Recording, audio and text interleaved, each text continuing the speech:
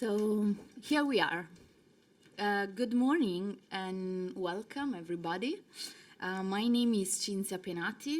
I work for ActionAid Italy and I am the project manager of We Go 3, from individual IPVs empowerment to community activation, a project funded by the REC program of the European Commission. In the next couple of hours, you will hear it a lot. I mean, the acronym We Go 3, We Go Project. But what does it actually mean? We Go stands for Women Economic Independence and Grow Opportunity. And we created the acronym back in 2016 when a first edition of the project was funded by the European Commission. Then we use it again for the second edition of the project, ended in 2021. And then we use as well for this third edition that is now coming to an end. We Go 3 project aims to increase the local multi-agency network capability to foster the socio-economic empowerment and independence of intimate partner violence survivor by the co-design and adoption of gender responses labor policies. As you know, of course, Anti-Violence Center, national, regional, and local authorities, job centers, employment agencies, trade unions, private sector, and training centers were therefore involved to co-design, co-develop, and test measure to meet the needs of women recovering from IPVs. More specifically, they cooperate to revise the available work-life balance measures, extended the anti-discrimination policies to GBV cases, and adapt support measures for women searching for a job or precariously employed. Between September 21 and November 22, we implemented in Italy, Bulgaria, France, and Greece the We Go 3 participatory process consisted of, sorry, I'm telling you a lot of number now, a call for interest to collect information on the available local, regional, and national measures aimed at directly or indirectly supporting the social and economic empowerment of women survivors of intimate partner violence. 80 anti-violence centers from the 4 partner countries fill in the questionnaire, sharing the voices and perspective of more than 10,000 IPVs they supported in 2020. 13 focus group and 21 interview with 81 women exiting IPVs has been done to identify needs and critical issues concerning the policies in place, as well as tools to foster their economic empowerment. For training for 60 professional volunteer or specialized services of anti-violence center were organized. 11 workshops on women's labor rights that involve 200 professionals from the world of work through the Policy Lab methodology. 4 training sessions with 29 regional, national, local institutions to discuss the needs and critical issues identified through the focus group on the legislation, policies, and tools to foster the IPV survivors' economic empowerment. And then 4 policy lab paths, 1 for each country, were tested in Italy, France, Bulgaria, and Greece. They involve 187 participants from the workshop and training session. The outcome of the policy lab path were used to develop both the local trial and as well the national white papers. In a few minutes, you will hear in detail from our voice about the participatory process we developed.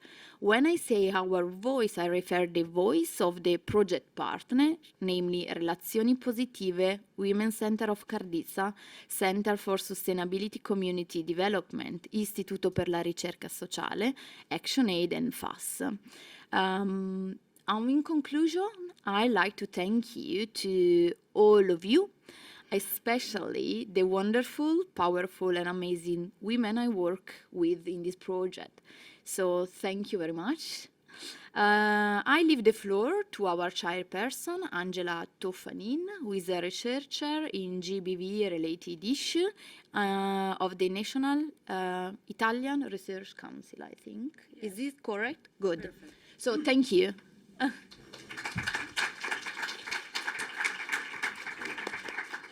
Good morning to everybody, and thank you for the invitation to chair this session that I think is very, very interesting. I'm Angela Toffanin, as Cinzia already said, and in the last 15 years I worked on the gendered violence against women, focusing both on the experience of women outside the anti-violence system and on policies and intervention on supporting them. We have a lot of presentation this morning, so I don't want to take a lot of time, and maybe we start with the first video and the presentation by Deborah Sciocco by ActionAid Italy. Male violence against women is still widespread in Europe. Almost 1 in 3 women have experienced physical or sexual violence at least once in their lifetime. The lack of economic independence is a major challenge for women willing to leave their abusive partner. To ensure the socio-economic empowerment of women recovering from violence and the response to their specific and intersectional needs, all relevant stakeholders must cooperate on a regular basis. The EU-funded project WeGo3 developed the Policy Lab Path, an open methodology to co-design policy proposals and practices to support the economic empowerment of women recovering from violence. A Policy Lab Path can be either a physical or virtual space. The methodology is deeply rooted in feminist values and adopts an intersectional approach. The discussion involves actors with different mandates, but common values are at the core of the Policy Lab Path. A Policy Lab Path strengthens alliances, creates or solidifies a local multi-agency network, and ensures collective action for change. It empowers participants by equipping them with different tools and concepts to enable joint reflections and analysis. It shifts power by influencing decision makers to address the structural causes of gender-based violence so as to ensure women's rights. This is how a Policy Lab Path works. Step 1. Choose the focus and the purpose of the Policy Lab Path to address specific needs of women survivors and related policy gaps. Step 2. Select and invite all relevant stakeholders to ensure different expertise and viewpoints. Step 3. Prior to the meetings, make sure all participants are on the same page. Send them a concept note, the discussion questions, and useful materials. Step 4. Convene the meeting in an easily accessible physical or virtual space. Set realistic goals and smoothly facilitate the discussion as an opportunity to exchange views openly and safely. In this process, anti-violence centers are crucial as they give voice to women's needs and concerns and share their knowledge. Step 5. Collect all insights and proposals and co-develop a policy or practical measure to address the identified women's needs. Then, test it through a trial. Step 6. Write a white paper to present the solutions stemming from the Policy Lab Path and the trial to improve policies and practices. Engage policymakers and all relevant stakeholders to turn a collective effort into a transformative action for women recovering from violence. The Policy Lab Path is an open methodology. Adapt it and test it in your country to advance together the right of women to live free from violence. For more information, visit WeGo Project.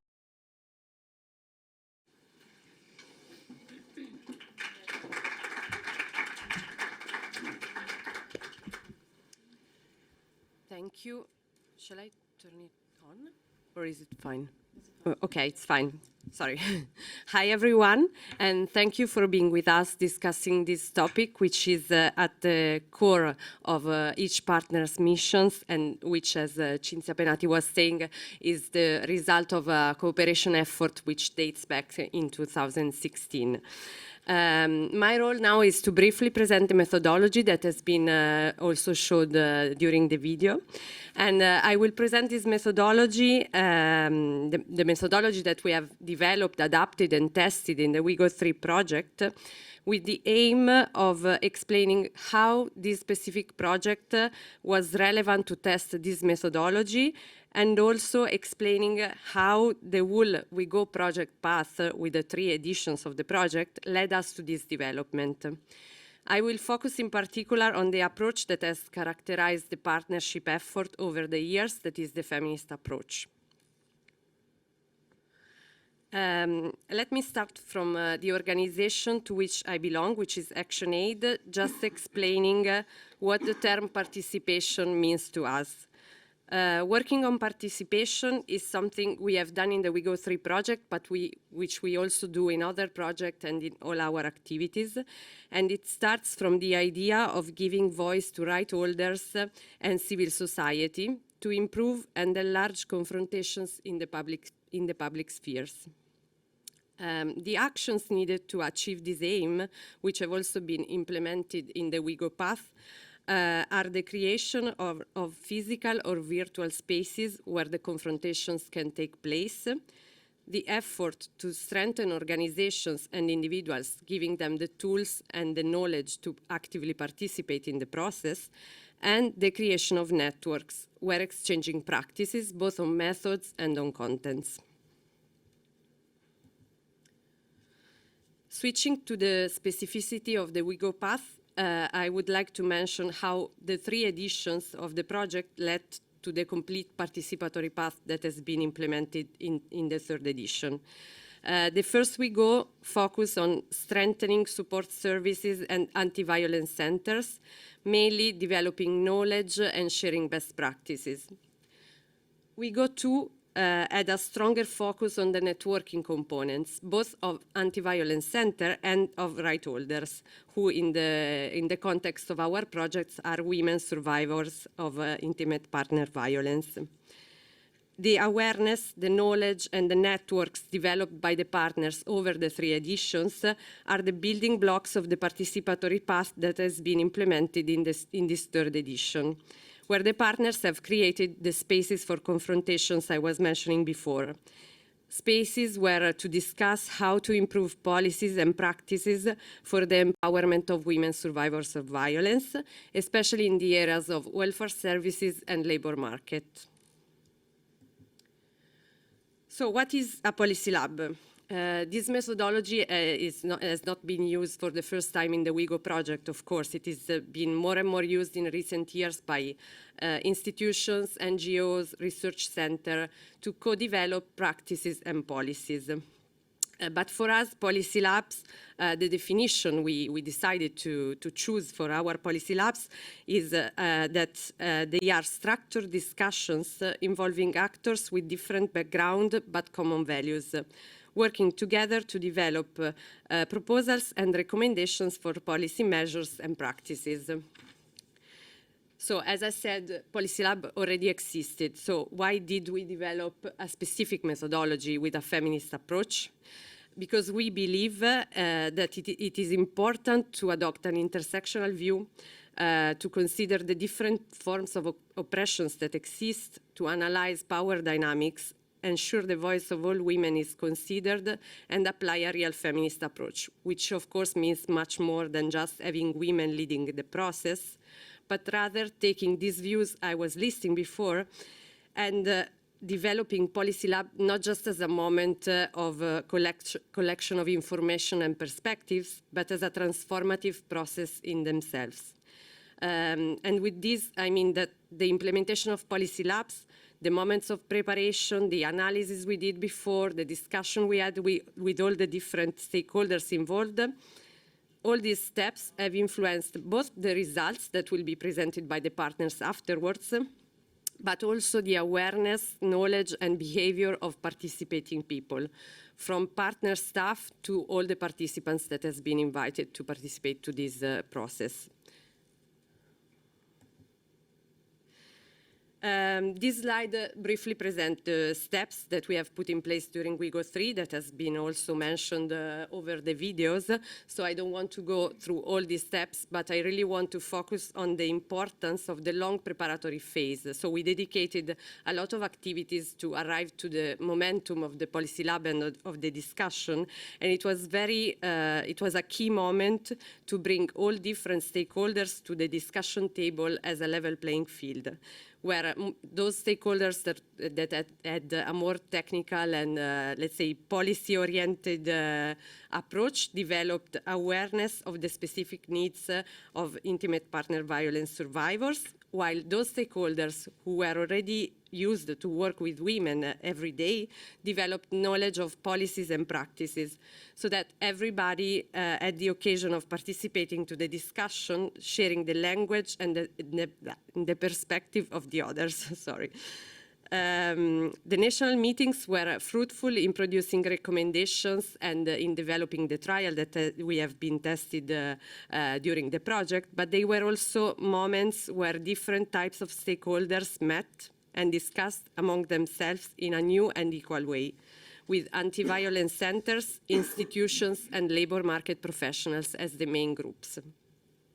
Also, the steps that followed the implementation of the Policy Lab were very important, because we tested some of the recommendations, some of the ideas that emerged from this discussion, but they were the steps that comes after the discussion are also important to do something which we have been doing in these days and which we are also doing today, which is sharing transparently the results we achieved and advocate for change. With my last slide, I want to share something more about the feminist approach we have adopted during the project and during the Policy Lab path, underlying once again how power analysis and the intersectional lens have been the guiding tools we have applied all over the project. And I would like also to underline the importance we have given to an adequate setting and to the facilitation of this moment of discussion, so as to be sure that everybody was aware of her position and feel free to intervene and participate. As a final stake, before leaving the floor to the other project partners, I would like to say that we have been very aware while implementing the process of the political meaning of our actions, meaning that the Policy Labs has been important effort to the contribute to the production of a change to the structural problem of gender-based violence, and especially to the obstacles that still exist in our countries and in Europe in access to service and the labor market for the women that WIGO has worked with.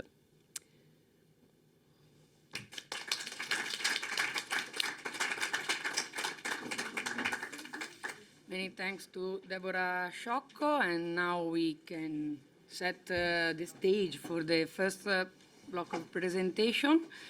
I'll be very, very, very, very, very sharp with the time, so please forgive me. You have like 15 minutes, and I give you a signal when you have 2 minutes left.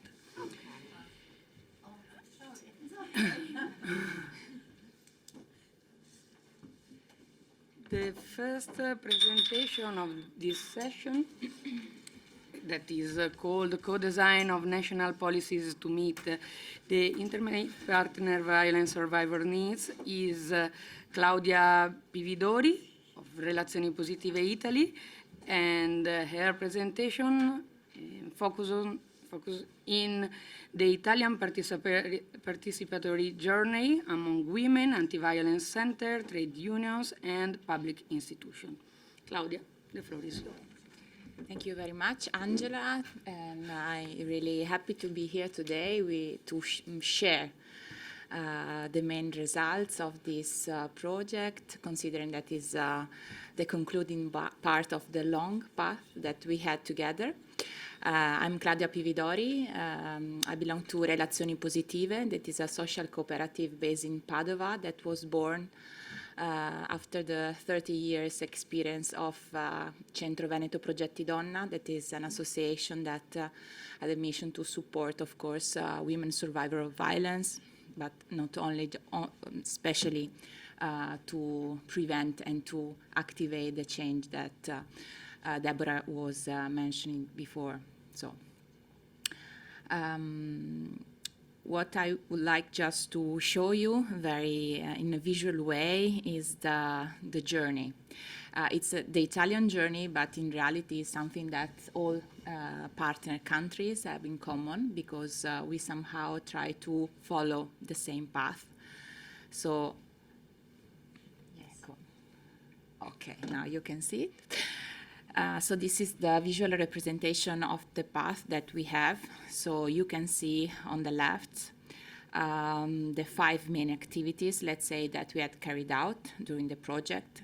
The first 3 concern mainly the gathering and collection of women survivor needs and women specialized services opinion concerning the state of the art of the existing measure, policy, practices to support the socioeconomic empowerment of women survivors.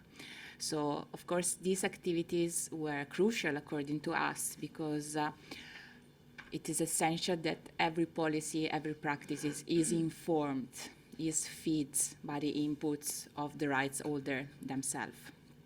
So, first of all, we realized a call of interest and a survey through which we tried to gather opinions and information from women specialized services on the existing needs, on the existing priorities of women's and services.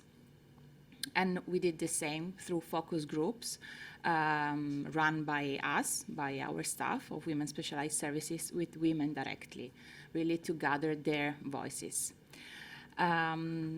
The next part concerned the involvement of other crucial stakeholders for the support of socioeconomic empowerment, so actors of the world of work, including trade unions, employment center, employment agency, but also institutions, as they are the one mandated to adopt and to implement policy. So it was crucial to take them on board.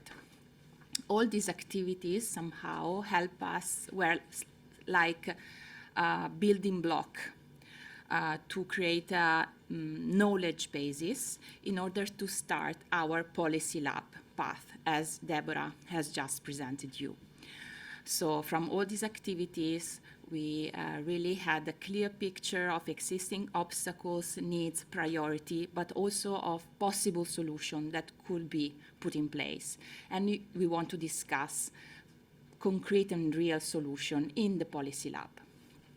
So we organize, you see on the left part, the policy lab with all these stakeholders. We identified one practice to be tried. I'm not going to anticipate anything. I will leave you with the suspense, because you will have a following presentation that will present the result. We had the follow-up, and then we wrote the white paper. That is a sort of consolidation of all this knowledge, of all this result, with some recommendation. So, a little bit more in detail. So this is what came out from the activities involving women and women specialized services. So with the survey, with the focus group, and with the training. So you see there are many needs, criticalities, but many also priorities. It was very clear from the confrontation among us with sharing on experience with women is that none of the existing measures supporting women socioeconomic empowerment, be it an income support tools, welfare measure, employment, housing, seems alone to be able to guarantee in the long term a sustainable socioeconomic empowerment of women. A critical point is the inadequacy of the national welfare system that is considered to be fragmented and not sufficiently ready to adapt to the specific needs of women, not to have sufficient resources, both from the human side to the economic one. Of course, we have to confront with structural inequality existing in the world of work and in our society as a whole, and difficulties that the world of work has to, again, be inclusive of women survivors' needs. Another critical issue is that welfare systems are pretty much family-oriented. Violence against women is often seen as a social issue rather than a gender equality or human rights issue, and this influenced design and the implementation of the policy. Of course, you can see that here there are some structural issues, as we cannot expect to solve the problem of gender inequality in the world of work or in our society with just the testing of one policy of measure. But there are other gaps, other criticality that really could be solved with practical and concrete step right now. And we demand immediate also action from our institution and our stakeholders. What about the priority proposal? I'm not going through all of that. You can see that they touch many domains, from the area of employment, housing, work care duties, and this again is a confirmation that in order to support women, in order to prevent and fight violence against women, we need an integrated and holistic approach to the issue. So women have multiple needs that have to be tackled in an integrated way.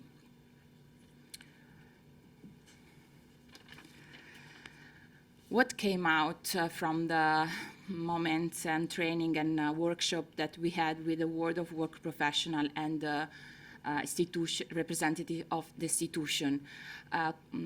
Maybe quite surprisingly, what came out, it was really similar to the deficiency raised by women and women specialized services. So we have seen a lot of commonalities of view, of understanding of the phenomenon.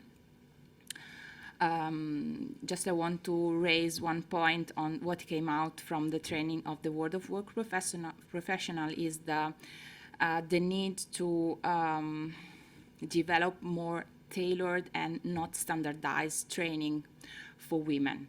Training and work opportunities that really fits much better the needs of women, that do not replicate gender stereotype.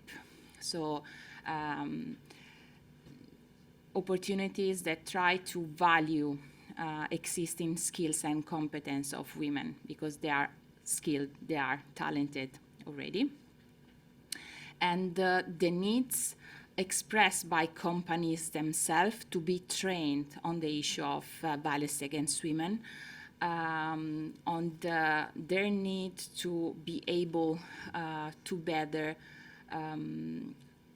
answer to women's needs, and also their need to create safer and working environment for every woman. From the side of the institution, the focus was very much on the work-life balance, and this was recognized as one, of course, of the main obstacles for women survivors to find a job and keep a job, especially with part-time job or job with non-regular or ordinary timings, for example. And they really shared with us the starting point that every program, every measure is really seen as like an emergency. They are not structural funds or resources to invest in the area of social support for women. So we perceive also a level of frustration from the institution themselves because they felt they weren't equipped enough. Of course, on our side, there was the need to highlight that institutions themselves needs more training, needs to adopt a more gendered approach and not a neutral approach that, as I said before, very often characterize social and welfare system.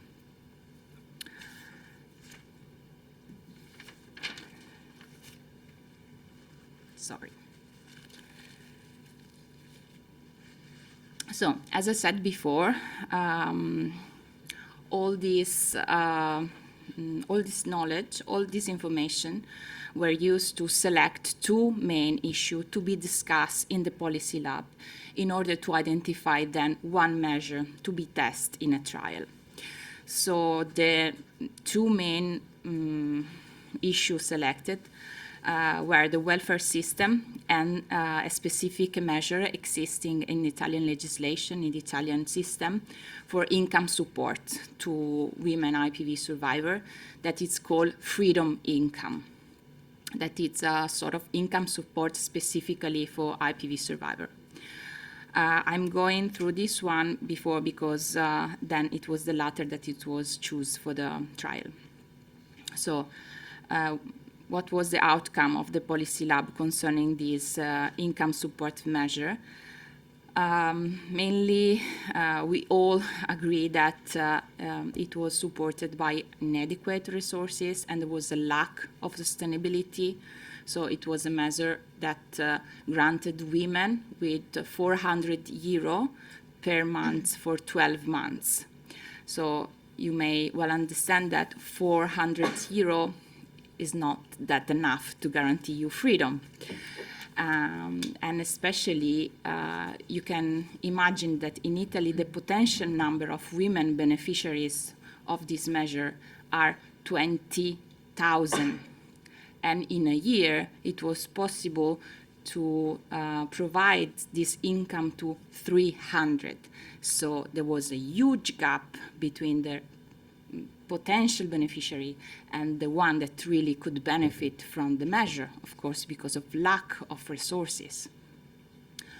Another point, I don't know if it's something common in other countries, is that according to regional competences, somehow welfare measures are implemented in different ways.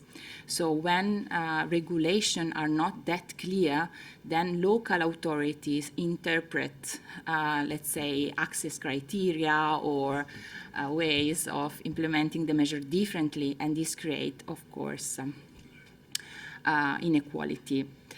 Another crucial critiques for women specialized services that only women that, that this income support measure could not be requested by women themselves, but only by social services. Again, linking the status of IPV survivor with the social situation. We know that not every IPV survivor is in need of social support. In this case, they link the possibility to access these benefits with a social support program, in a sense. And another exclusion criteria was the fact that they required a residency. So women that could not declare a residency, for example, women in shelters, for example, that have not a residency, or women with migratory background that still had not a residency were excluded from these benefits. Concerning the second topic, the one that then was chosen for the local trial is the welfare system. So main issue and possible solution. So main criticalities of the welfare system, bureaucratic obstacles. In Italy, I don't know, I'm concluding, in your countries, every social benefits, welfare benefits, is dependent on a certification of your income situation. So you have to provide a sort of paper stating your salary, your possession, etc. Depending on the level, of course, of your income, then you access or not social benefits. So you see that this is very formal paper that often for IPV survivor does not correspond to reality, because in this certification, if you are married, also the income of your husband is there. But maybe you are living in a shelter, you're not longer living with your husband, but on paper, you are rich, but this is not the reality. So many IPV survivors are prevented from accessing by themselves. So we want to have separate income certification from women. This is a very practical issue that could be made. Another point is the standardization. So no capacity to take into account specific IPV survivor needs. So very important proposal to train. And another point is fragmentation. So women have to go to 10 different offices, talking with 10 different people, restating their story every time. So we need to find a way to better coordinate all the efforts in this field. So you see the just the process. So starting from the welfare system issue, we had identified a training, and that's it. It was trained, and later on my colleague Flavia will share what are the results. Of course, I'm available if you have any questions or comments, and thank you for your attention.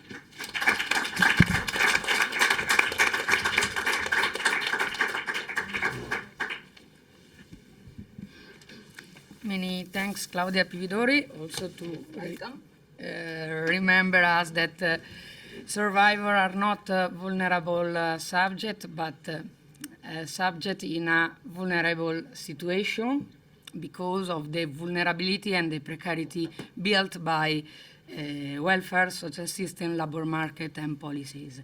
Now I give the floor to Joanna Ducerf. Aldine Kadar. I replace Joanna Okay. Ducerf today. But Joanna Ducerf was more simple to me to say. Okay, call me Joanna. No. By Face France, and her presentation focused on working with French companies to find tailored-made solution for IPV survivors. Thank you. So it's yours. Good morning, everyone. I'm happy to be here today and present you what we did within the WeGo 3 project in France. Like the other European partners, the results of the local trial have allowed us to make several recommendations to meet IPV survivors' needs, and also allowed us to see the importance of working with companies in order to find tailor-made solutions for IPV survivors. First of all, let me introduce the Fondation Agir contre l'exclusion, FACE, which means Foundation to Act Against Exclusion. Founded 30 years ago, FACE is recognized as a foundation being a public utility. The foundation brings together public and private and associative actors in the fight against exclusion, discrimination, and poverty. FACE areas of expertise include support in returning to work, education and guidance for young people, mediation, fuel poverty, and violence against women. Throughout France, the 44 clubs FACE work in their local communities, bringing together institutions, charities, and businesses, and other organizations in the fight against exclusion. The relationship FACE has with companies is one of its biggest strengths and contributes to the quality of the network and action in the community. In 2022, FACE collaborated with over 4,000 businesses and helped more than 413,000 people. It's on this basis of this expertise that we were able to co-create our French local trial. We developed the local trial in Allier, a rural department in the Auvergne-Rhône-Alpes region. We decided to focus this experiment in rural area for many reasons. Women living in rural areas are more likely to be affected by unemployment and precarity than those living in cities. The rural environment presents specific challenges for women experiencing IPV. Furthermore, socio-professional reintegration of IPV survivors in rural areas presents challenges specific to the environment. There are fewer employment opportunities, poor public transport services, and few affordable childcare options. Women who contact socio-professional reintegration structures may not receive the support they require because workers may be unaware of the specific issues survivors face or lack the appropriate resources to effectively meet their needs. Our local trial was defined during several meetings where we brought together different local structures such as AVCs, companies and public stakeholders that are involved in the social professional reintegration process. The sharing of expertise was essential in the construction of this experiment. The aim of the project was twofold. Firstly, we aim to improve the socio-professional reintegration process of IPV survivors by delivering awareness-raising sessions to the actors involved in the process. Secondly, we wanted to make companies aware of the consequences of IPV and the ways in which they can improve the professional reintegration process. After consulting with a variety of local actors, it was decided that staff at Maison France Service, we can call them MFS to be faster, which are local public services information centers, should be trained in recognizing and responding to cases of domestic violence. These awareness-raising sessions were carried out by the staff at the club FAS Territoire Bourbonnais and composed of Christine and Cécile, who are here with us today and whom I would like to thank for their job. The choice to focus on the Maison France Service was strategic. The MFS are present throughout the department. They are a well-known structure that provide informal spaces open to everyone. Thus, women accessing these structures are not identified as IPV victims. Moreover, women experiencing IPV are often already in contact with these services regarding finance or housing issues, for example. Finally, when starting a social professional reintegration program, the job-seeking or rights access structures are often the first structures victims are in contact with. We also train the floating digital advisors who are constantly moving around the region, thus increasing the chances of reaching the women who are the most geographically distant and isolated. Training the staff of these organizations was therefore essential so that they were able to signpost survivors to specialist AVCs and adapt the socio-professional reintegration programs to the specific needs of survivors. The local centers also displayed information on domestic violence, national helplines, and local AVCs so that women accessing the centers were able to obtain information on the services available to them. Whilst this project originally aimed to support and guide the victims of domestic violence towards stable employment, it quickly became apparent that there needed to be more cohesion between the actors involved in the social professional reintegration of IPV survivors. Notably, businesses need to be more implicated in the process because they are the last vital link, since they can provide stable employment opportunities to survivors. For this reason, companies need to understand IPV, its effects on the victim and on employment. The Club FAS Territoire Bourbonnais organized half-day training sessions on domestic violence for 6 local companies. At the end of the session, participants were able to understand the mechanism of domestic violence, identify the warning signs, and know how to respond to a disclosure of IPV. Finally, the sessions enabled the participants to reflect on how their companies can be more involved. While the session was a great success, all the actors involved in the social and professional reintegration of IPV survivors note the reluctance of companies to invest in the subject. Securing a stable job can be a vector of financial emancipation and independence for survivors of IPV. The capacity to financially support oneself improves the likelihood of a woman being able to break the cycle of violence. However, securing and maintaining a job can be difficult. IPV has consequences on the physical and mental health of victims and the social, financial, administrative, and material parts of their life, all of which can impact a woman's ability to successfully remain in employment. If survivors of IPV are to successfully enter the labor market, companies must understand the impact of domestic violence in the workplace. The local trial showed that many companies don't clearly understand the relationship between IPV and employment. For many, domestic violence is a private issue that does not require their attention. Furthermore, negative stereotypes about victims of IPV may negatively influence a company's willingness to invest to social professional reintegration programs. The local trial showed that to improve the support for IPV survivors in social professional reinsertion process, local actors must collaborate and cooperate. This is especially true in rural areas where geographical isolation negatively impacts the IPV survivors. The project has shown that all organizations, so employers, employment structures, AVC, and so on, have a specific and essential role to play in the fight to end IPV.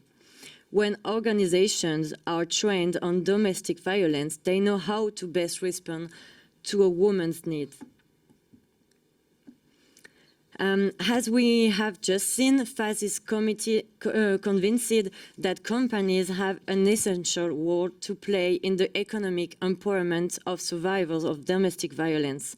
FAS believes that it's important to include businesses in this fight, which is why in 2018, FAS co-founded with the Caring Foundation the 1 in 3 Women Network.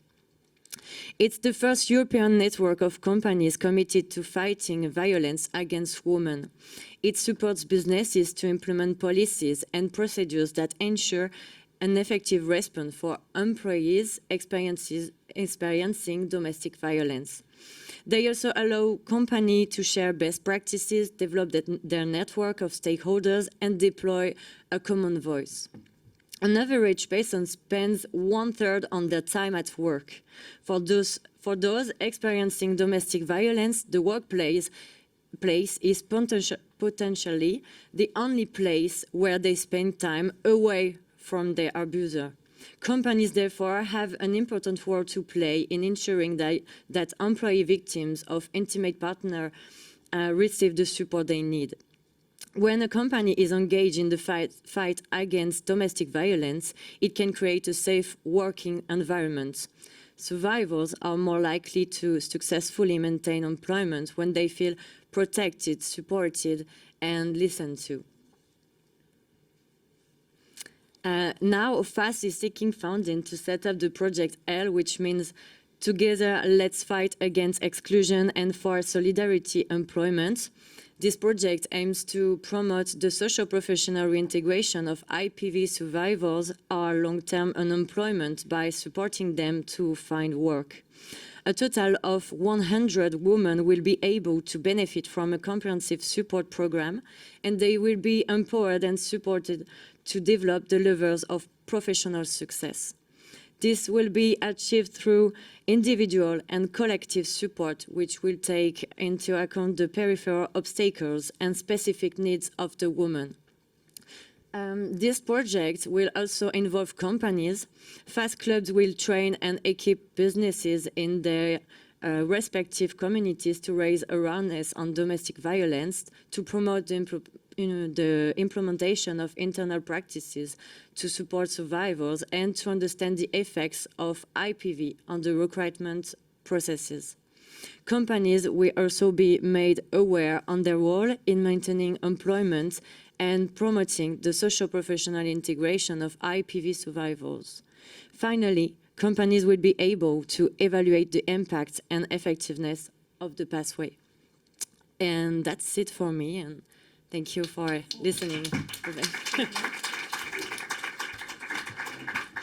Many thanks. Think that in Italy, for the 67% of employers, also work-life balance measures are a private problem. So let's imagine for violence. And thank you for focus on this training activity that you do. But I very fast move to the next presentation, as we are very lot. We have Catherine Velesiotou, Yeah. okay, of WCK of Greece, talking on Policy Labs, how to co-develop a local trial in Greece. Yeah.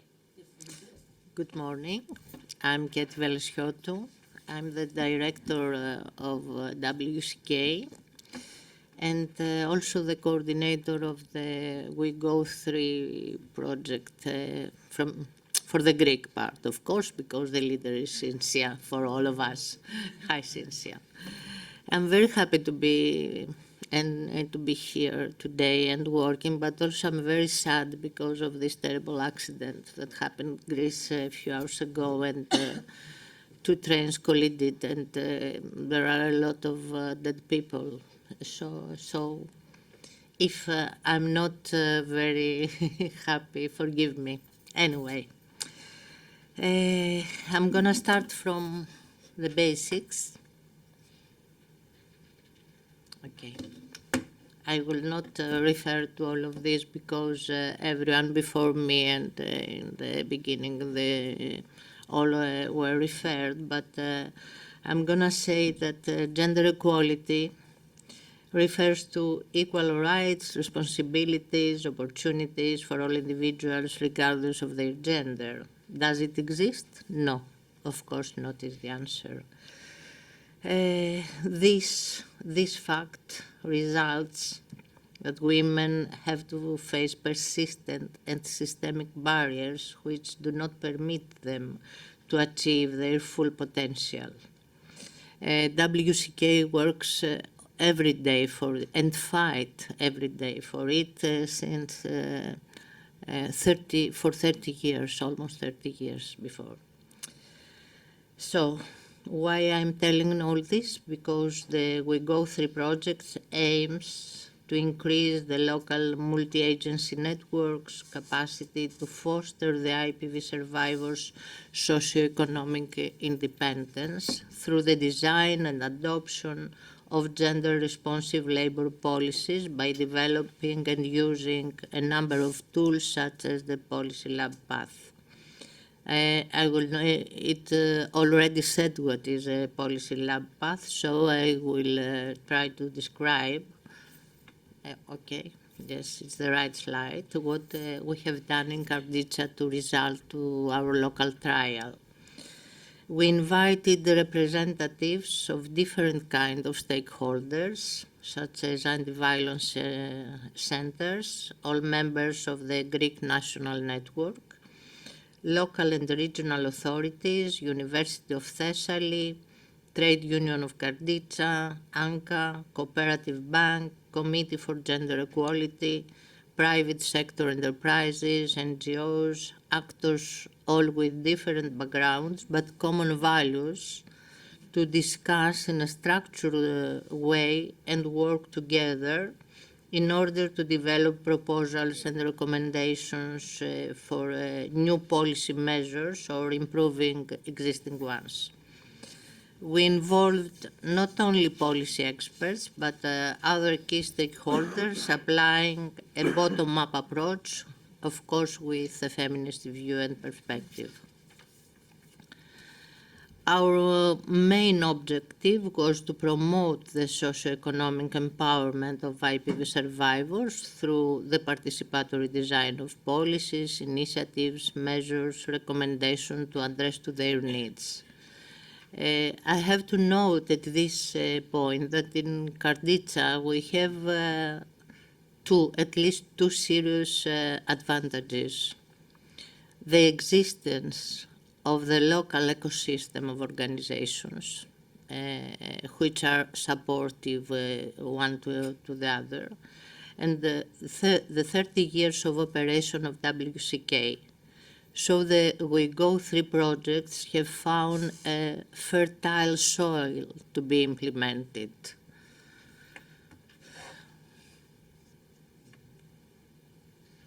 What we have done, at least some of them. A very good start done with the workshop on women labor rights and policy lab methodology for the world of work professionals in collaboration with local stakeholders, 29 participants in presence and many more online.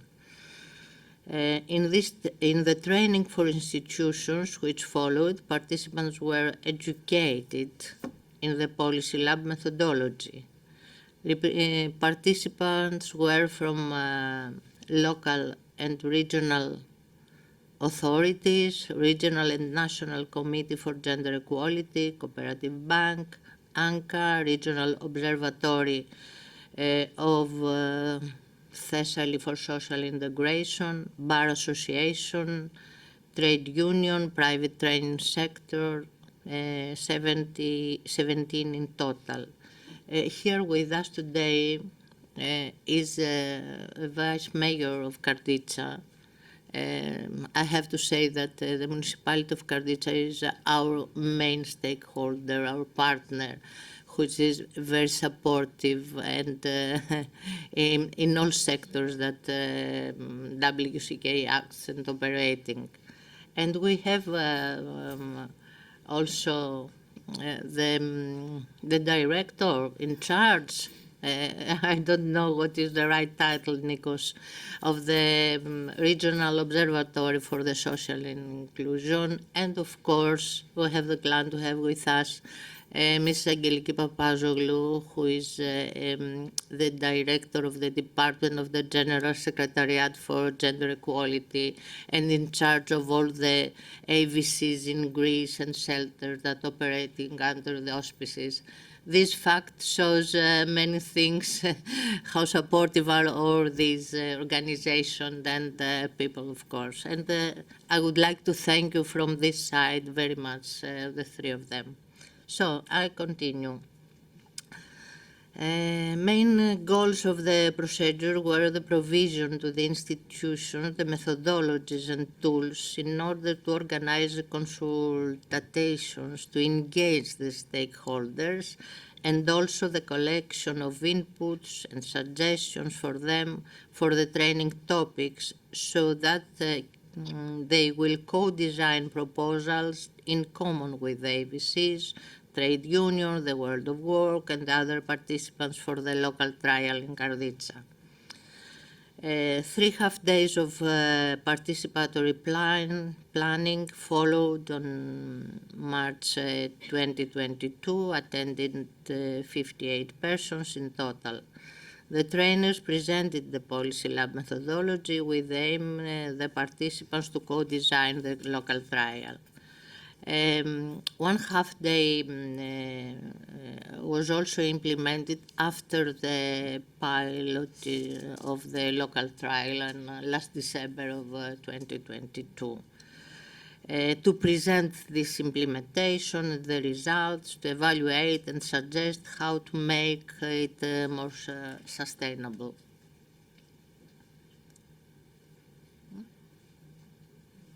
Is it slide 4?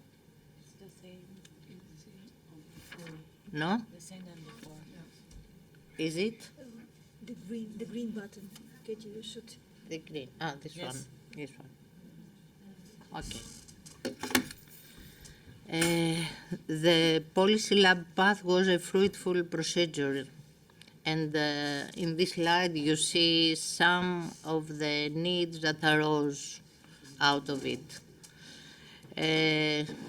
Was the presence of a concrete supporting network, the reconciliation of family and work life, the customized work empowerment, and the need of building personal independence, and finally the sensitization of the enterprises and the world of work in general with regards to the specific needs of IPV survivors. Regarding the general remarks, needs and conclusions, in order to meet the needs of IPV survivors, I'll be referred to some of them. Firstly, we had to access the existing supportive policies. After that, improving and suggesting new ones is absolutely necessary. The stability of the persons who work in the AVCs and other relative structures is needed, is absolutely needed. Local society, including relative organization, has to work regardless national political decisions to find new ways to support the IPV survivors by creating perhaps new tools which will enhance their entry to the labor market. The plan actions have to be a pressure mechanism for the authorities, at least for at regional level.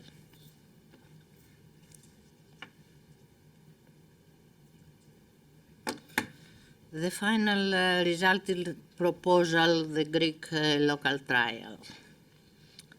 I tried to design very briefly the way we followed to result our local trial, which is the creation of a social cooperative enterprise.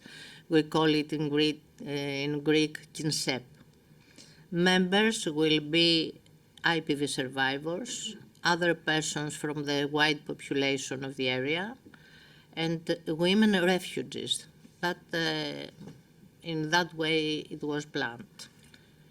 It will provide care services for children, elder people, and household works. Women could be clients who could buy these kind of services, but also beneficiaries who will attend and have the benefit to accept these services.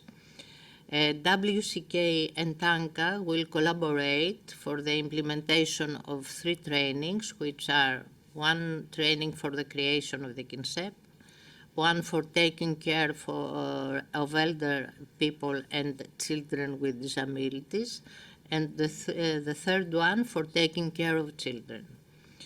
Nowadays, today, when I present all these trainings have been done, have been implementing. The 2 organizations took care of the skills and the abilities of the trainees and customized all these training programs. The local trial was designed to bring about short-term and long-term results. Short-term regarding the empowerment and training of women IPV survivors in social and solidarity economy process, and long-term in establishing and operating this KINSEP during and after the end of the program, of the We Go 3 program. We are now waiting for the public invitation from the regional government to finance the cooperative enterprises with an amount of around 70,000 euros for 2 years. This is a very hopeful perspective on sustainability of this kind of enterprise. Together with the women, we are looking forward to continue. So, I will finish, if it's open. I'll finish this presentation saying that in order to address to women's inequality, a comprehensive and sustained effort is required, and change underlying structures, laws, and attitudes. Many steps have been done. We have to try more, because alone, this is a motto that came out of all this procedure of the training with the women. Alone I go fast, together we go far. But allow me to reform it and to say, go fast together. Thank you very much. It was a pleasure to work with all of you. I'm very, I feel so. Mine.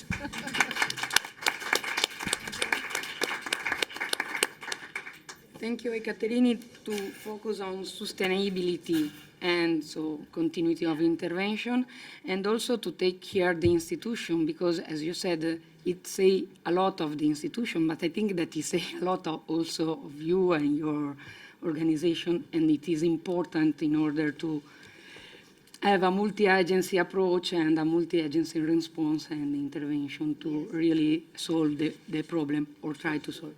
So many, many thanks. And we go to the last but not least presentation of this session, that is Diana Georgieva, Miss Bella. sorry, of the Center for Sustainable Community Development in Bulgaria. And their presentation is From Words to Action, the Local Trial in Bulgaria. Okay, thank you very much for the opportunity. Good day, everyone. Thank you very much to be here together and to discuss and talk on these important issues. We're here just to show you what we have done in our countries, but it will be really eager to know what your thoughts and how you think that this discussion should go on.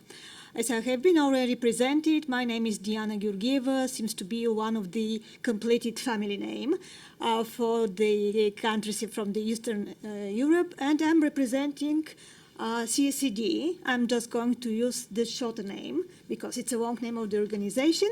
Briefly, what is CSCD? CSCD is an NGO organization with more than 25 years of existence. Our main focus is gender equality and combating of violence, domestic violence and violence against women. Entering We Go project from the very beginning, from the first stage, was quite a challenge for our organization, mainly because of it makes us just to turn a little bit our focus and to start talking and gaining experience in a new way of economic empowerment of women. Like all the other partners before me, we followed the prescribed steps of the methodology and done all the activities. I'm not going to talk about numbers of these stages, as you can see them in the reporting documents afterwards. I would like to focus on the main result of the efforts in our country, something that we are very proud of, and it was possible just because the women we have been working, women survivors of domestic violence, were the active part. We just started and a little bit redirected the actions. Not we were the active part, but just give them the right, they to be the active part and to tell and to say what they would like to do, what they need, and how they will feel much more comfortable.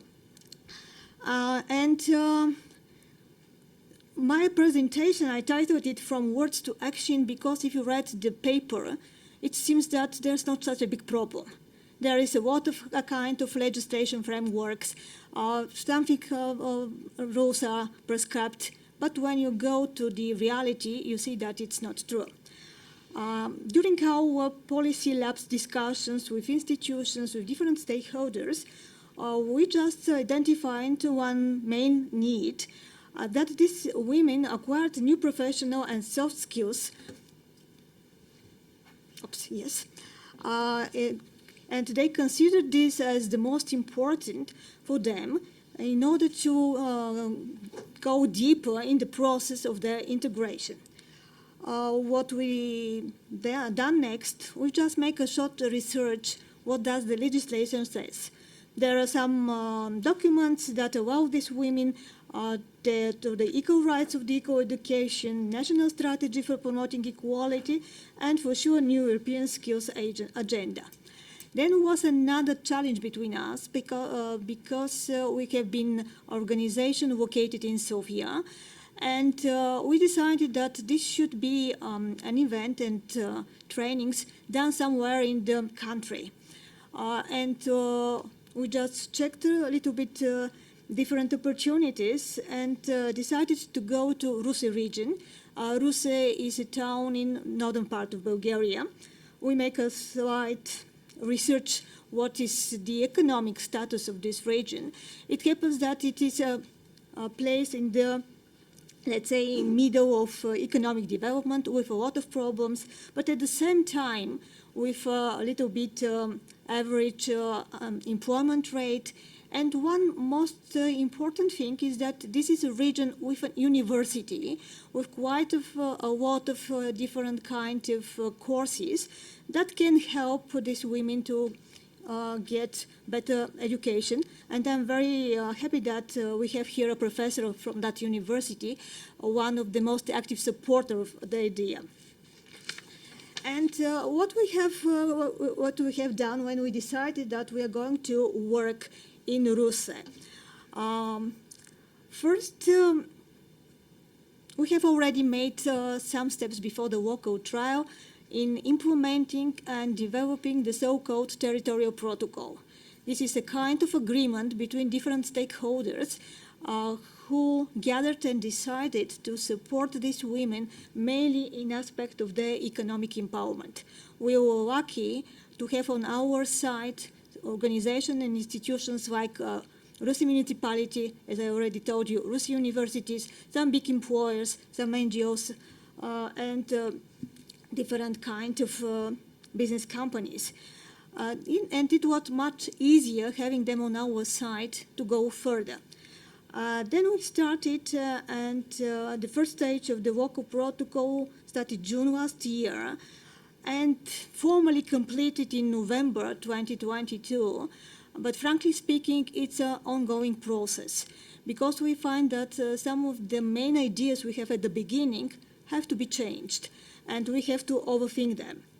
What activities we've done, they were under a special measure, which we name it support for qualification and requalification at reasonable costs.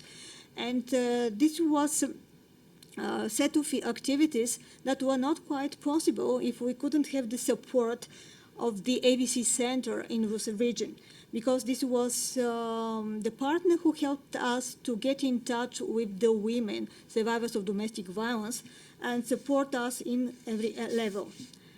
Exactly what activities we've done, several of them.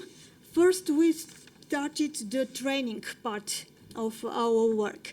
That training part was done and was organized together with the women survivors of domestic violence. They just, in discussion with them, decided what we would like to do. And we decided that we should go to an idea of babysitting agency. Why babysitting agency? Because we made a small and a short, let's say, research among mothers in the region, and there was a lack of provision of services for babysitting, but our services.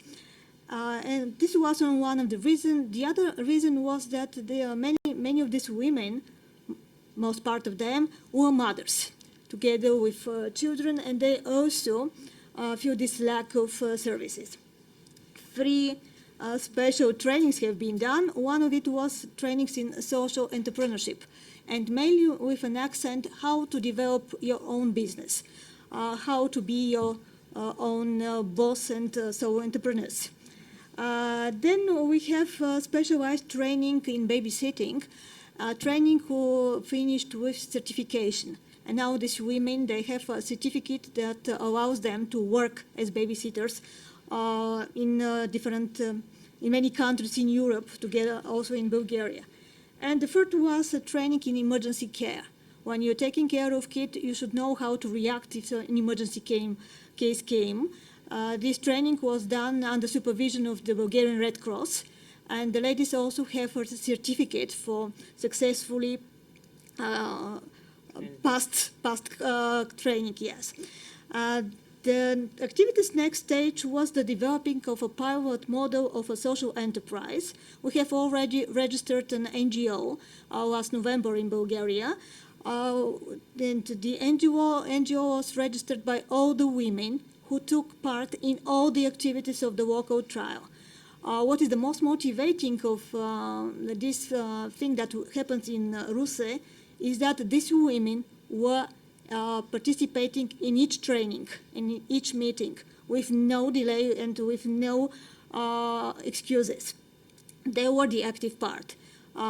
I have been with them from the very beginning, but I was just in the role of a supporter, not deactivated, the one that tries to motivate them, but just to support and to supervise the activities.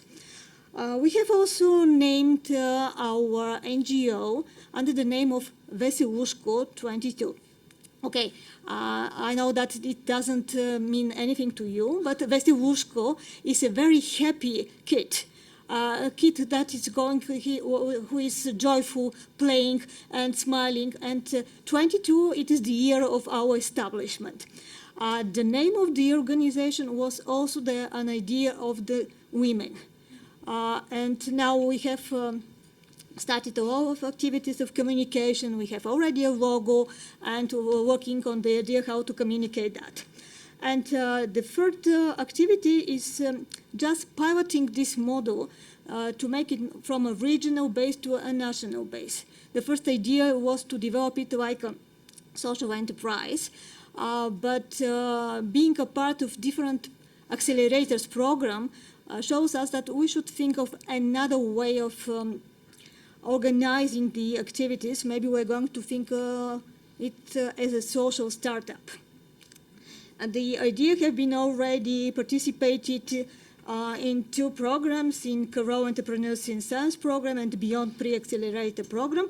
And from yesterday night, we have some good news that we have been approved of participating in another accelerators program, who is just directed to improving this capability of NGOs in developing a business and entrepreneur skills. And 2 of the ladies will start in a training program, will work with mentors, and then we'll have the opportunity to just stand up for some financing and funding of the activities of the organization.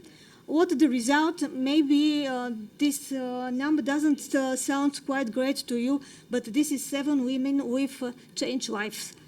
And I really think that it is let's say, a good result.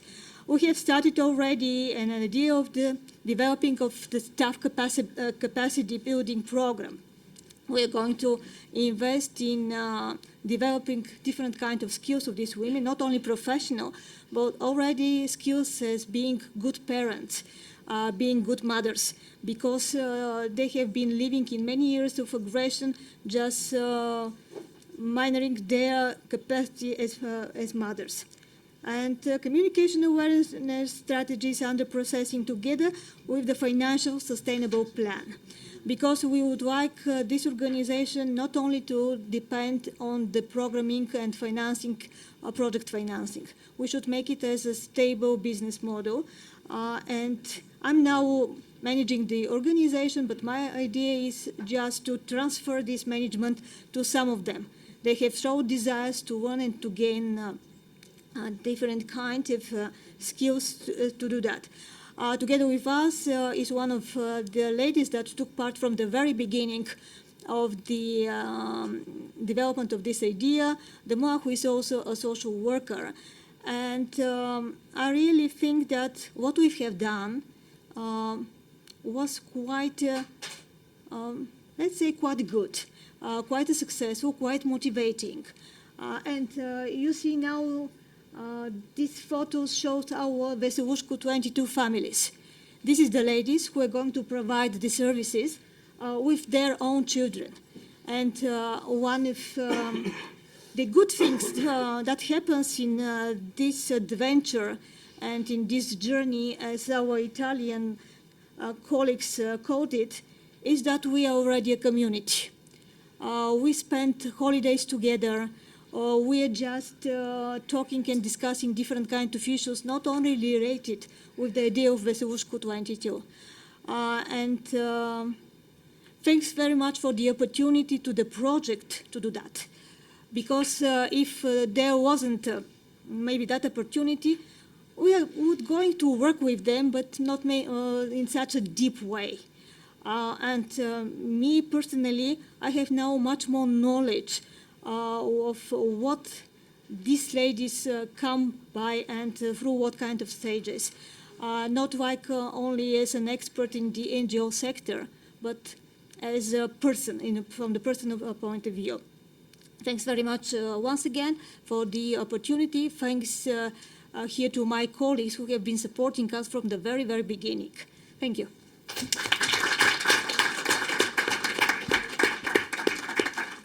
I think that the last presentation explained what Deborah was saying at the beginning.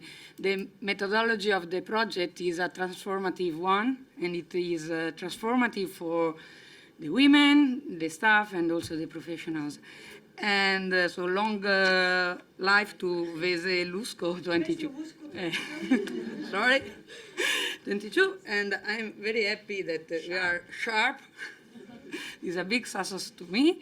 And now the questions are at the end of the two sessions. And a big clap to our wonderful presenters.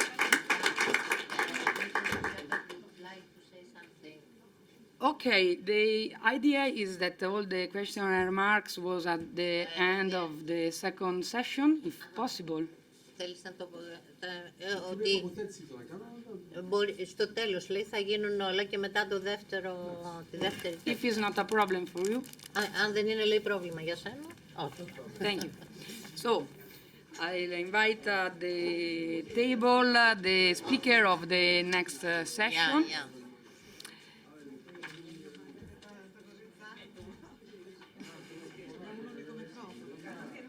No. Sì. E poi avvicinate anche quello. Usiamoli tutti. E credo che se le...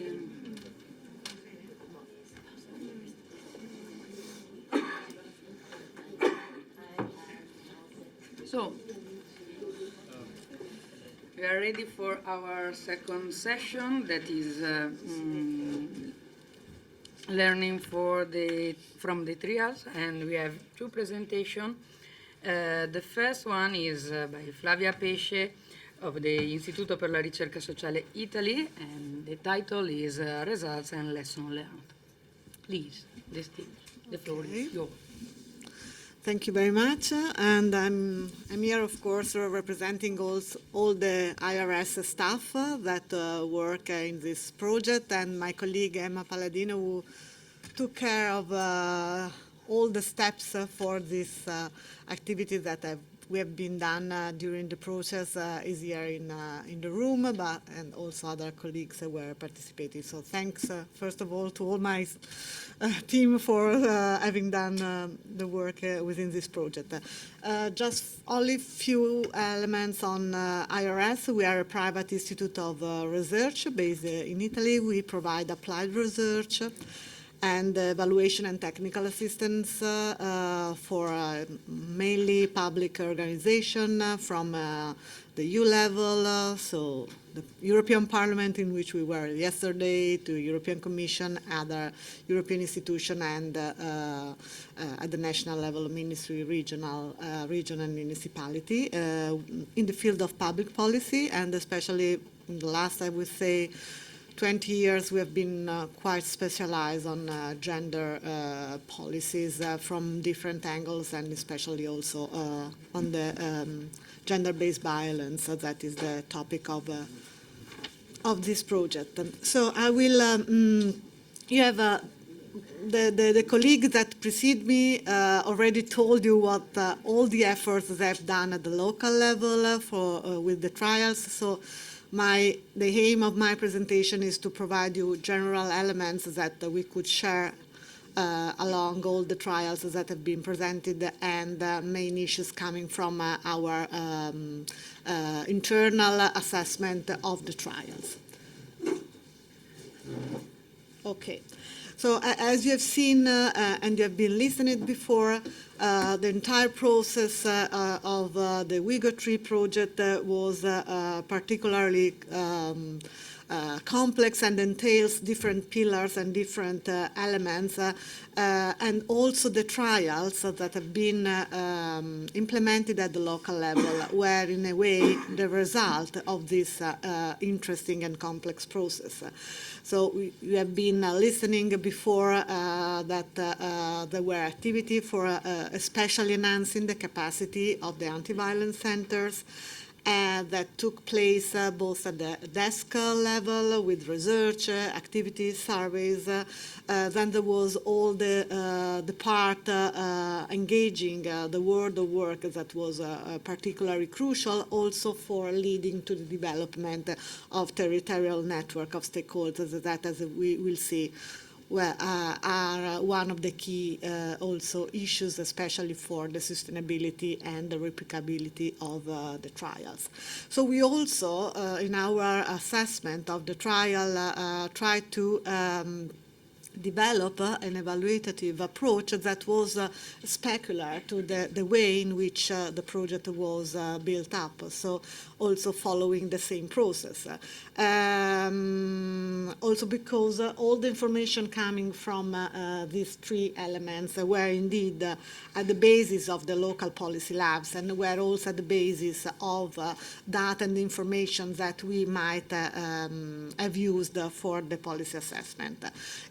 In addition to the data and the information that came from all the activities carried out from the partners, we also carried out more 20 qualitative in-depth interviews with other experts in the territorial context of all the 4 countries that were involved. Then, as you have listened before, all the policy, all the local trials were, in a way, the result of all this activity and of the policy lab pathways. The internal evaluation of the trials was then carried out both at the general level and the specific one, and I will tell you much more in details the methodology that we have used. And why we have divided the evaluation into sections. The general evaluation was a way to, in a way, evaluate all the 4 trials for some elements that they might have in common, so providing transversal insights for all the 4 trials. While the specific one was especially dedicated to the specific activities that each of the trials were carried out. You have seen, you have been listening to the specific elements. Some of them were in common, but of course, every trial has its own specificity, so we thought that it might be quite interesting to have this double approach.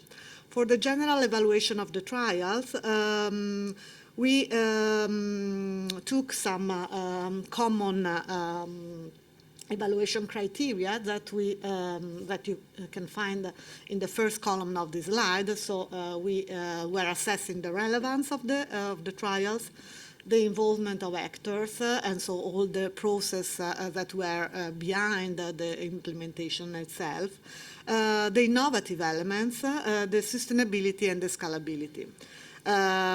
For each of them, we carried out, because the aim of this internal evaluation was a sort of proxy of a social impact of the trial. So we had an approach that is usually called the pre and post approach. So looking at what was happening before the trials was implemented and looking them at the end of the trials, what were the final achievement after the final implementation of the trial itself. The relevance criteria was one that was much more the strong one. As you have seen, as and you have been also listening from my colleague before, all the trials were implemented on the basis of a very careful analysis of the needs of the community in which the trials were carried out. So not only the needs, but also the existing practice, the norms, the legislative framework on which they were looking for. So this element, this criteria was assessed quite relevant for all the 4 trials.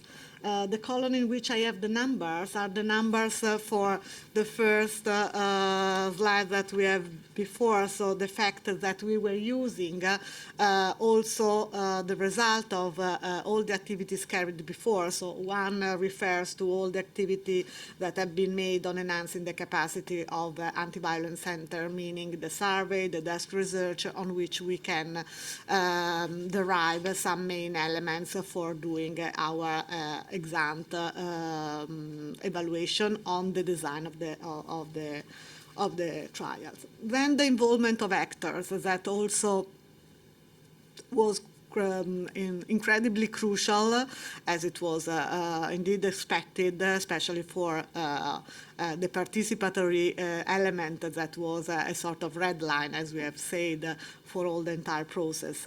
Not only with regarding to external actors, so key stakeholders that might have provide an added value to the success of the implementation of the trials, but also relating to the involvement of key participants of this trial, both referring to women, as we will see later in the specific evaluation, or to professionals that were involved.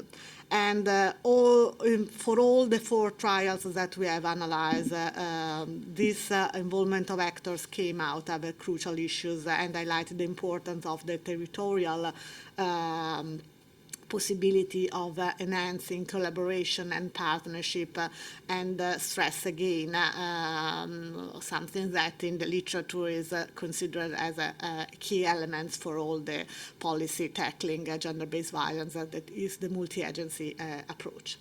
As for the innovation criteria, also this, I think, came up quite interesting. This was assessed with regards both to existing norm measures and practices and with regards to IPV survivors' needs. And especially for with regard to existing norms, measure and practice, we have seen, and you have also listened from the colleagues that have presented, that in all the trials there was an attempt to in some way discuss and questioning the existing norms to provide some elements that could support in a different way within the existing borders something that could be much more effective if run in a different way. So also for this aspect, I would say that the innovative part, even if some of the trainings were quite similar also to other projects that have been carried in the same field, were quite innovative for the fact of trying to, in some way, as I say, discuss and also critically question what can be done within the borders and the framework in which each trial has been implemented. The sustainability evaluation criteria is the one that was a little bit more critical, and you have listened, of course, a key element for successful, especially in the long-term sustainability of the trial, is of course, the possibility also to have access to funding. In some cases, we have listened to the trials before. In some cases, there are already some possibility. We have heard from the Greek colleague, for example, that there are already some idea of having some tender at the regional level on which the new enterprises that might concur, or or in other trials, there is the possibility of discussing with other local stakeholders that have been involved, the possibility of support.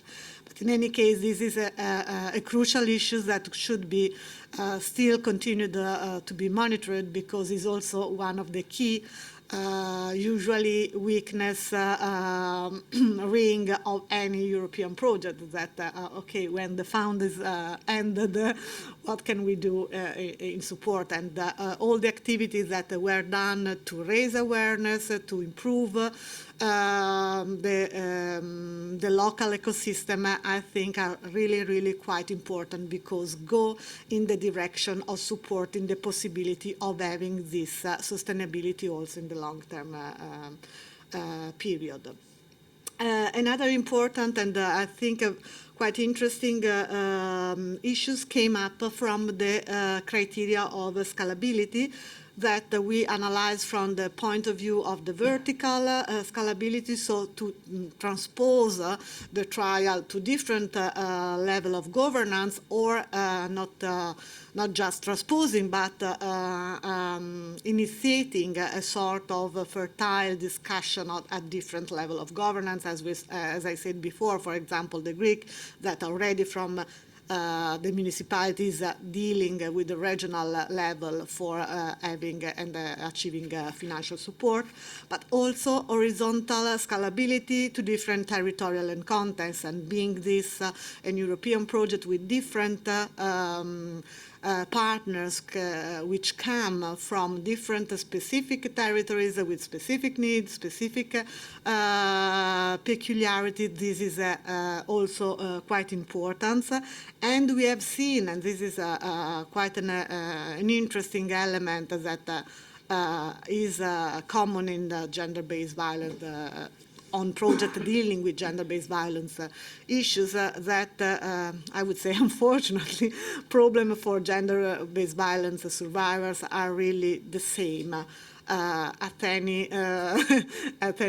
any countries. And so in a way, the answers that the trials were providing, even if really tailorized to the specific features of the national context, are highly important for also future transferability to higher contexts within this project, but also beyond the project. And this, I think, is something, a lesson learned that could be widespread also outside the partnership, and could remain as an added value of the project for future work on these aspects. As for the specific evaluation of the trial, instead, also in this case, we follow, as I said, a pre-post approach that in evaluation is a way, as I said, to derive a sort of proxy of the impact that a specific intervention might have on participants. This was created through the use of a pre-post questionnaires that we have been administered to participants to all the training sessions that most of the trials have been implemented. Plus, we also, of course, related to desk documents, desk research on documents and reports, and interviews with the partners.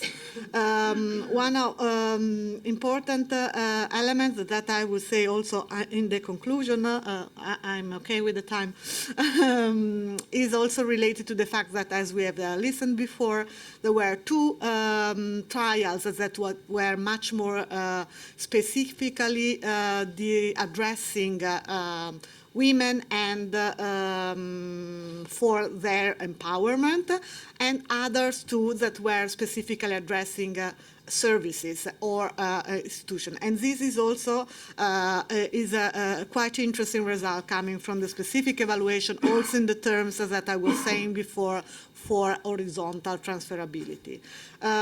Just few elements for each of them. There is a very huge and big report that will be uploaded on the website of the project, in which each of the trial is specifically presented with all the results and numbers. I thought to not annoy you with specific elements, so everyone for the partnership, of course, but as I was saying, also beyond beyond could read. But I wanted to stress the importance, some important issues from each of the specific evaluation of the trials. For Bulgaria, as we have listened before, there was this, the trials was devoted for the creation of this social enterprise, and for the pre-post questionnaires that we administered to the women that were participating, there was this significantly increase in their knowledge, first of all, about childcare, emergency care aid. Before Dana was also saying that particularly this aspect was supported by the Red Cross, with leading to a qualification. So this was really assessed in a real positive way from the women that have been involved, because has not implied a generic increase in knowledge, but a specific increase in skills and competences that they might spend not only in the enterprises that they have created, but everywhere or in another jobs or whatever. So this was particularly a positive element that came up, and especially this is related to something that came up from the result of our questionnaire, that the knowledge that they appreciate much more was the specific technical basis for running in the future the social enterprise, or for deriving specific skills, very specific technical skills, for example, like the definition of a business plan or the sustainability of running a social cooperative. For France, instead, the attention was focused on professional working on services and company. We specifically address the professional to have also comparative elements with Italy that implemented similar trials, and also in this case the aspect of the profession of social service provision stress the importance of the increase, in this case, of awareness in the territories, and in this case reflected also by the companies on the socio-economic reintegration of IPV survivors, but also on specific knowledge on measure and tools how to support. This was particularly appreciated by all the participants of the trials. Also, with the expert related to the creation of trust relationship with women. So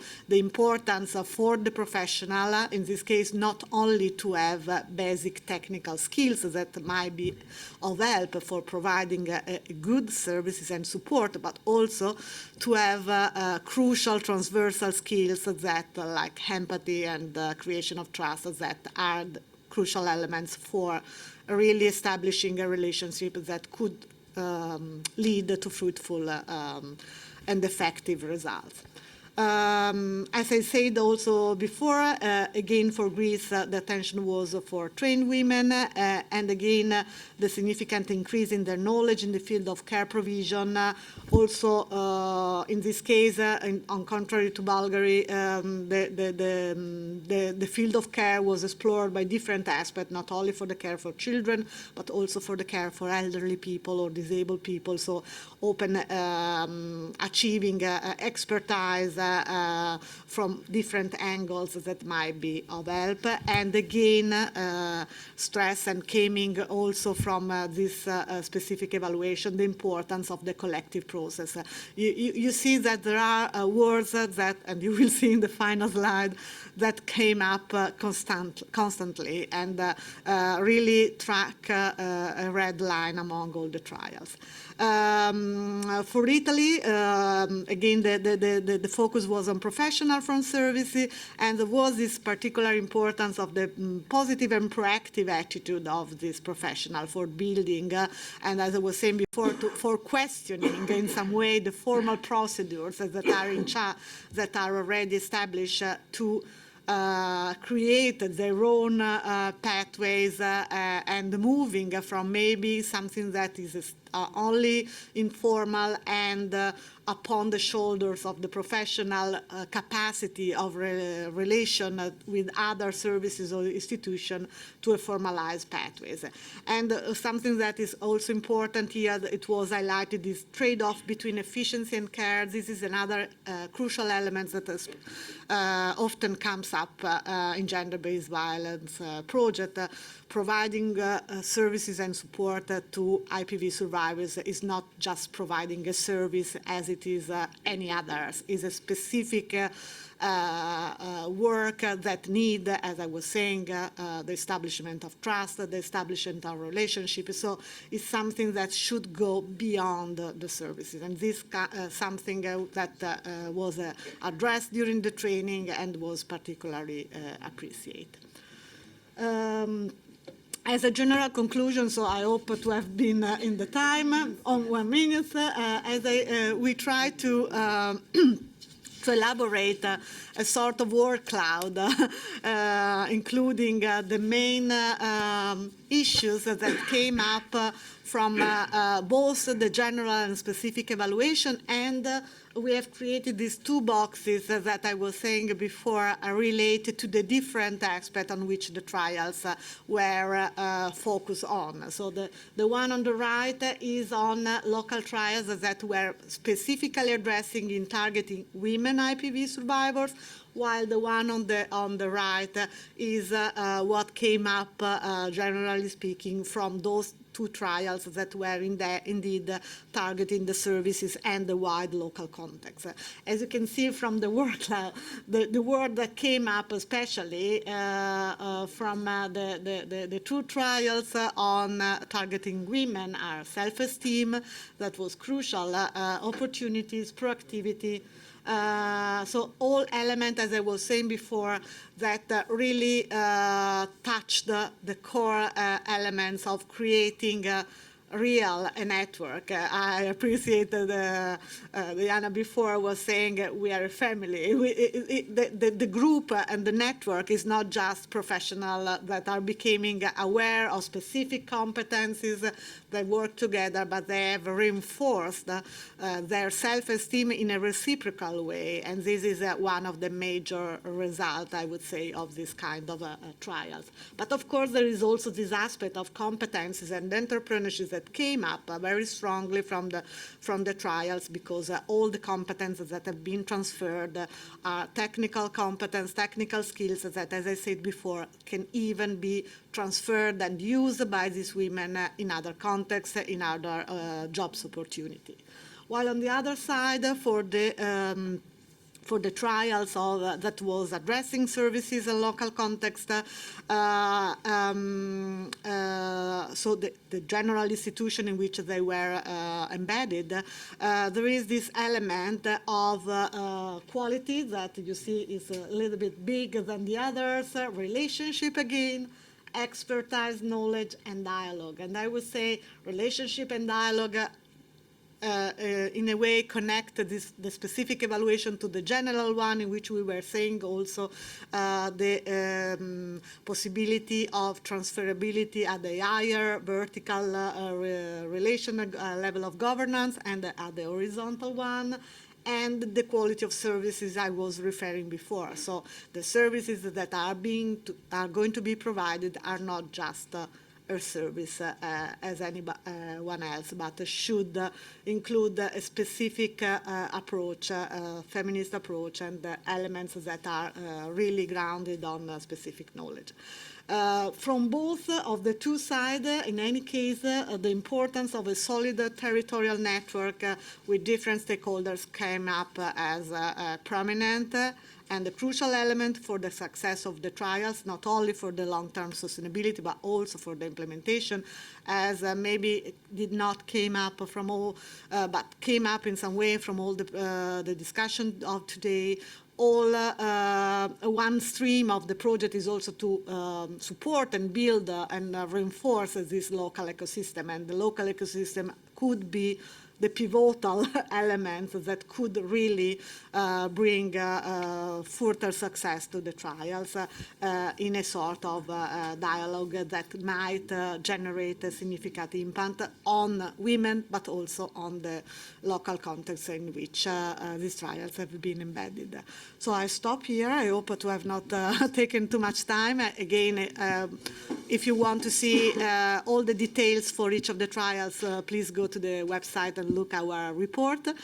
And I wish you also to thank you, all of you, for all these years. That was really fruitful and really particularly interesting. So thank you to all of you.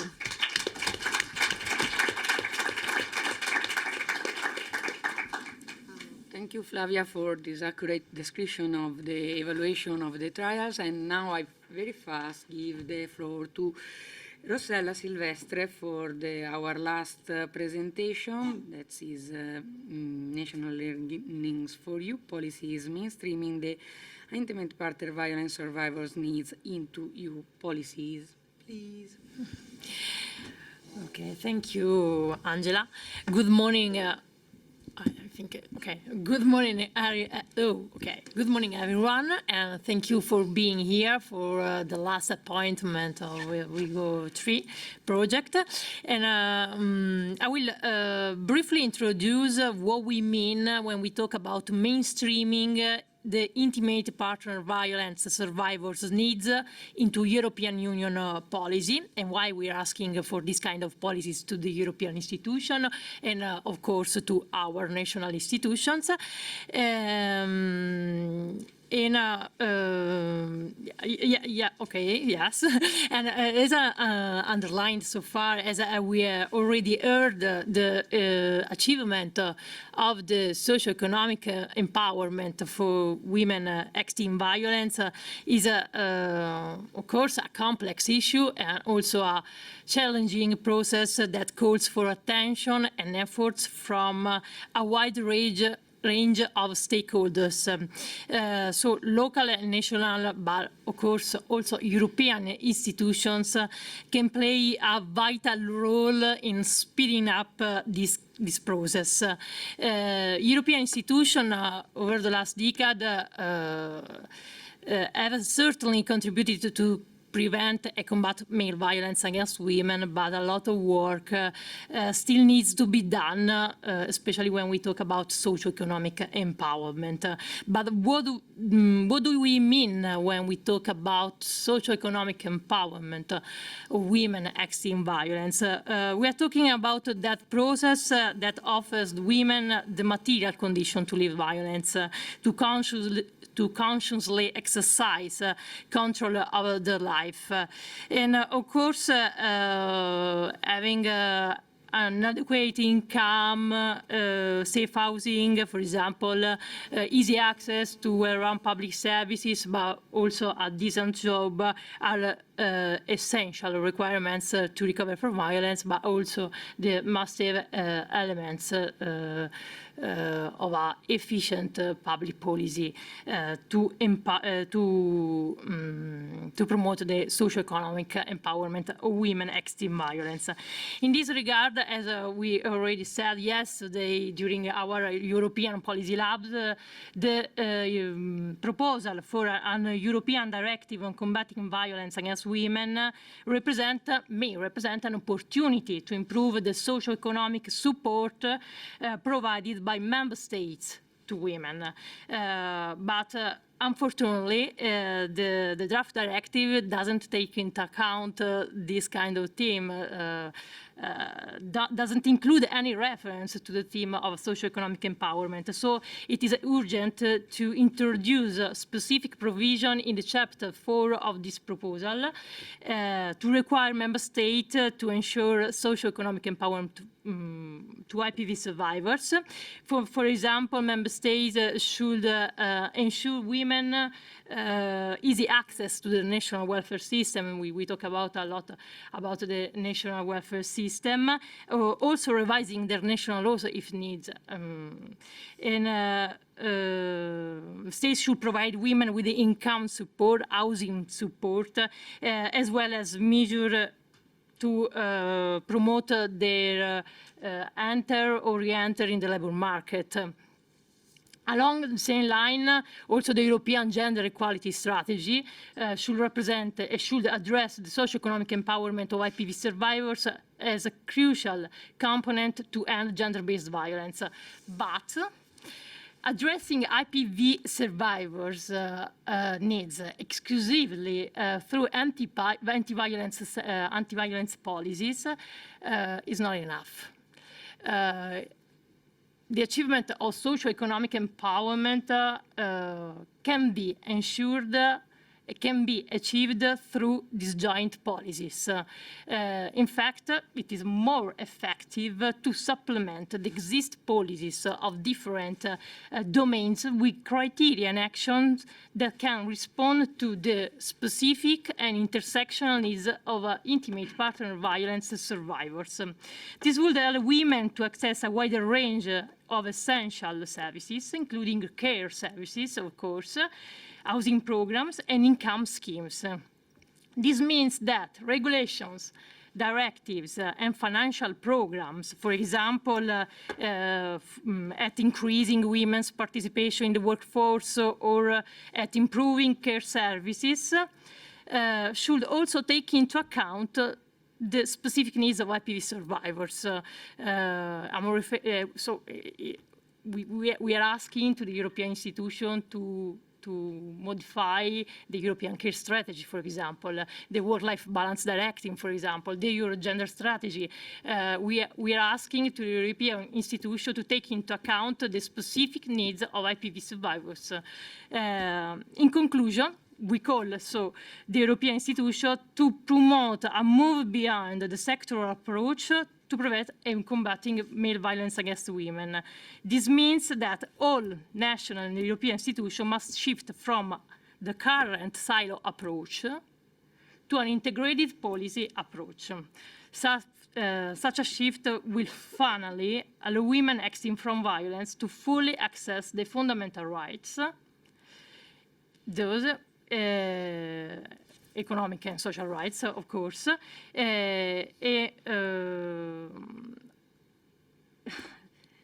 ensure them to fully achieve their socioeconomic empowerment, we hope. So this is our request for the European institution that today, unfortunately, not here. Yeah, so thank you very much, and we hope that